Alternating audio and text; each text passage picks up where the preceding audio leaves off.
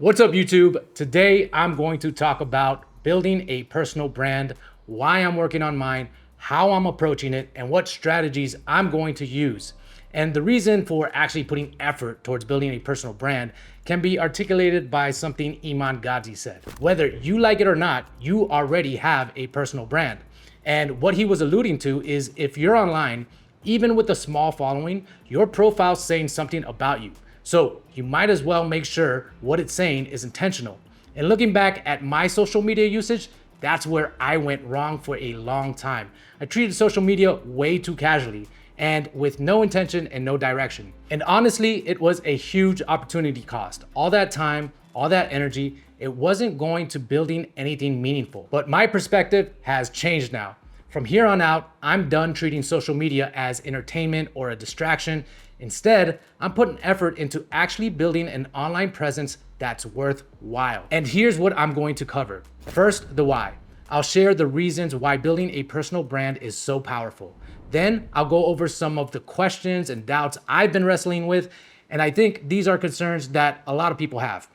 After that, I'll walk you through the strategy I'm putting together to start building momentum. And finally, I'll break down my process for defining what my brand actually is, what I stand for, who I'm talking to, and how to build an offer from it.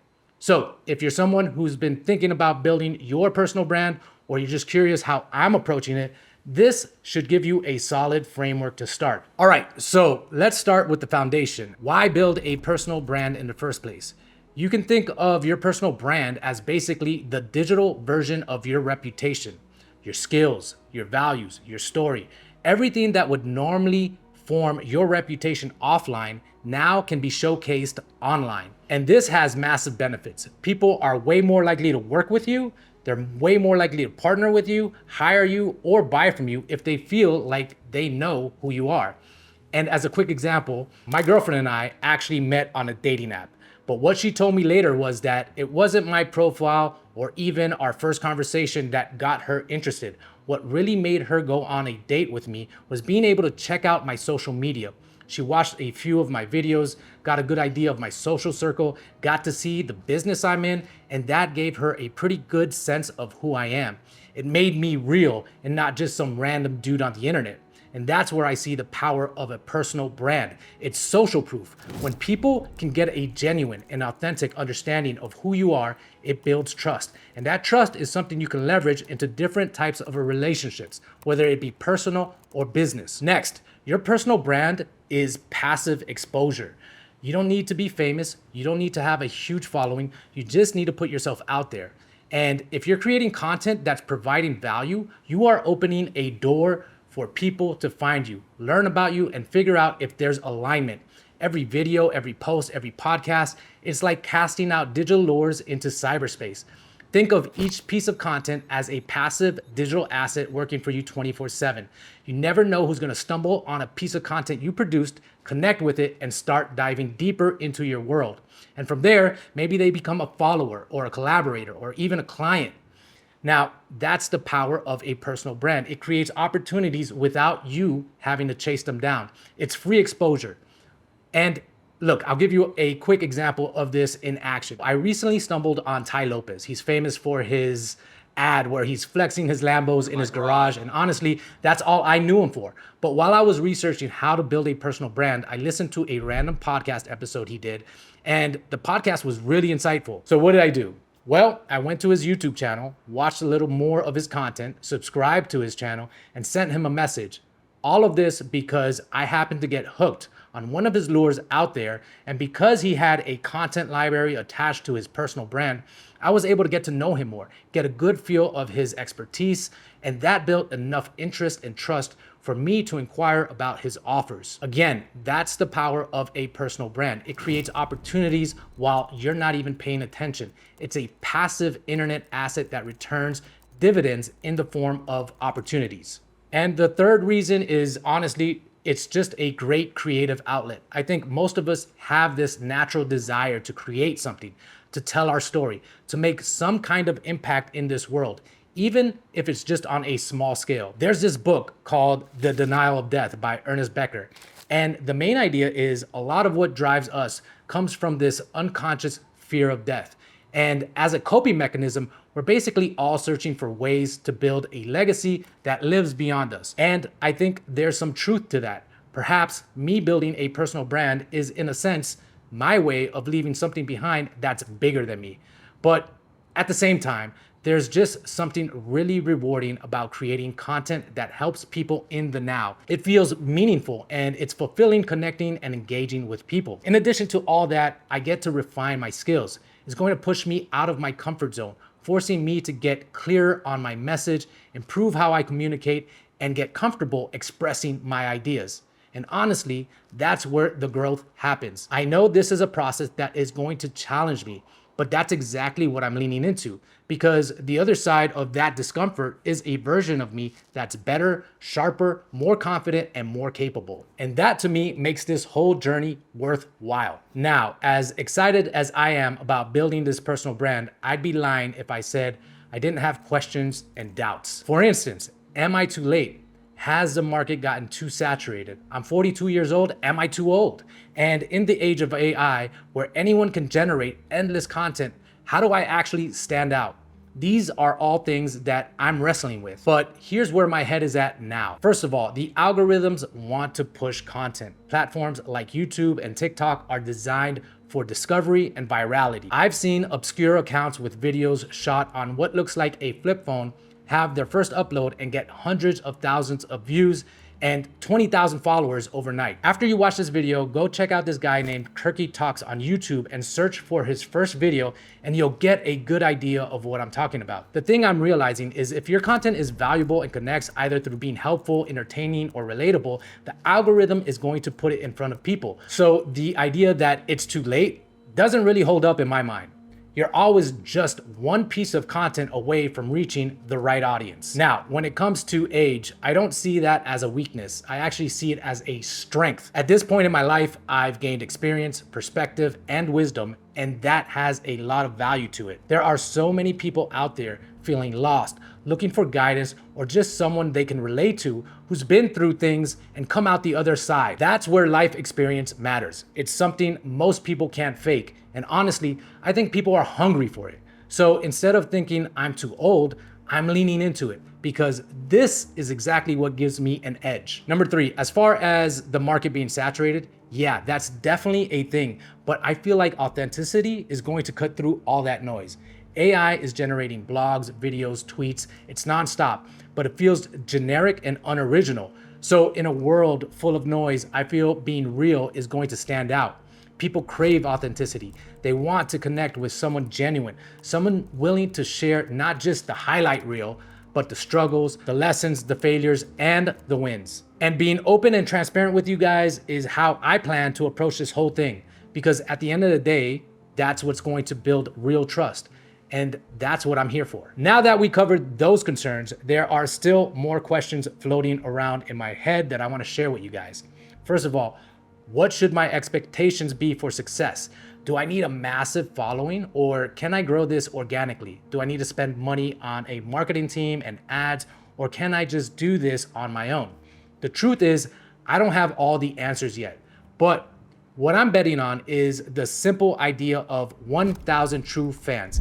If you haven't heard of this concept, it's the idea that you don't need millions of followers to make an impact and be successful with your personal brand. You just need 1,000 people who connect with you, who trust you, and who you can provide value to. If you can do that, you don't have to have this massive audience and following. You don't need to water yourself down. You're not chasing trends or trying to please everyone. Instead, you're building real relationships with people who actually care about what you have to say.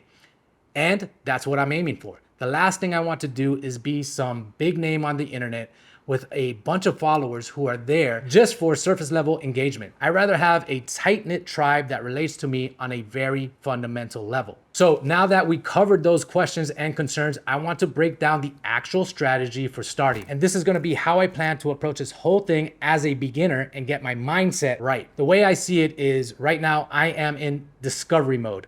I'm doing things like researching, looking at how other content creators have built their personal brands, and I'm also experimenting and not really worried about being perfect. The main focus is just getting the reps in, seeing what works, and using the feedback to refine as I go. For me, this is all about learning through iterations, getting better by doing. And when it comes to what platform I'm building on, first of all, I'm just sticking to one. And that platform is going to be YouTube. The reason I'm focusing on just one platform is because I know personally, I get the most results when I concentrate my time, energy, and effort into one narrow field, as opposed to breaking it up into several different avenues. This is what is going to allow me to develop my expertise fast. I'll be able to get familiar with the platform, learn the algorithm, and build a solid workflow to dial in my systems and processes.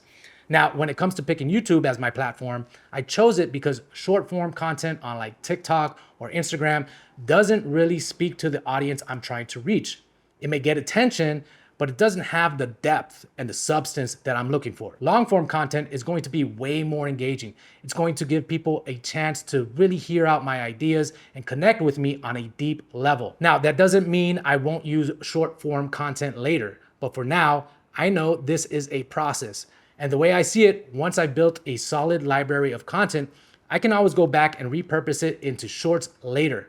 But I want that foundation of long form content first. Now that I explained how I'm going to start off, what I want to do next is break down how I plan to figure out what my niche is and build an offer.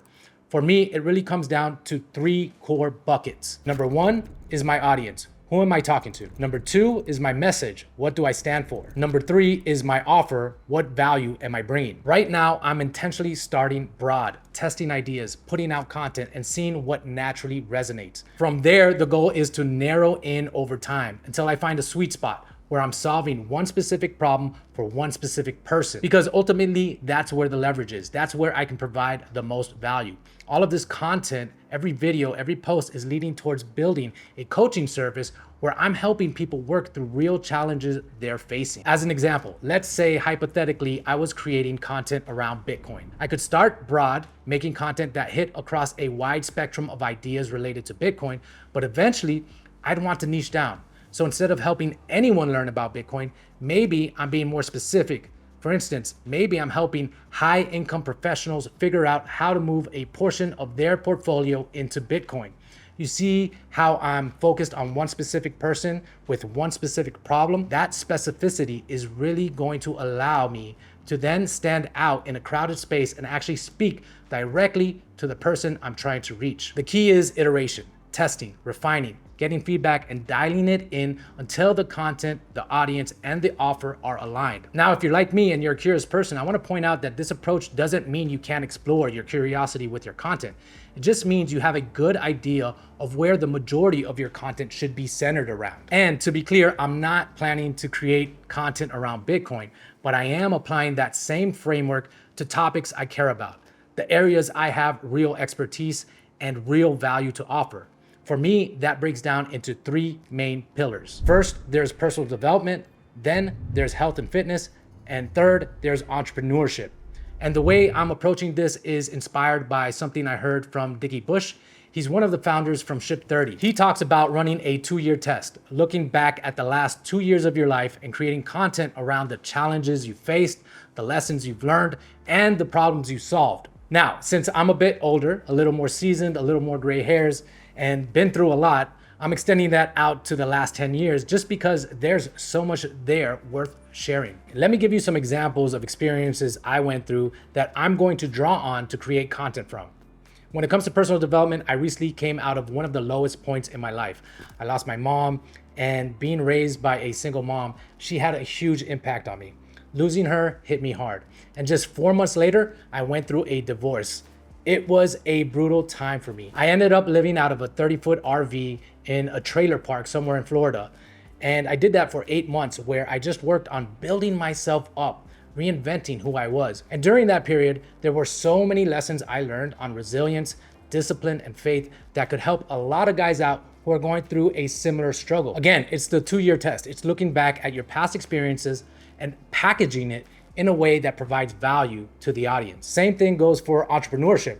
Over the last year, I left Florida, moved to El Salvador and started 3 completely different projects: a media agency, a logistics business, and an information business. During that time, I built an online community and even hosted high-profile retreats and events. And I learned a ton, not just from the wins, but also from the mistakes and the failures. There are so many lessons in that journey I can pull from, which I know will resonate with people walking a similar entrepreneurial path. And when it comes to health and fitness, I'm in my 40s, I'm in the best shape of my life, I'm walking around with a 6-pack.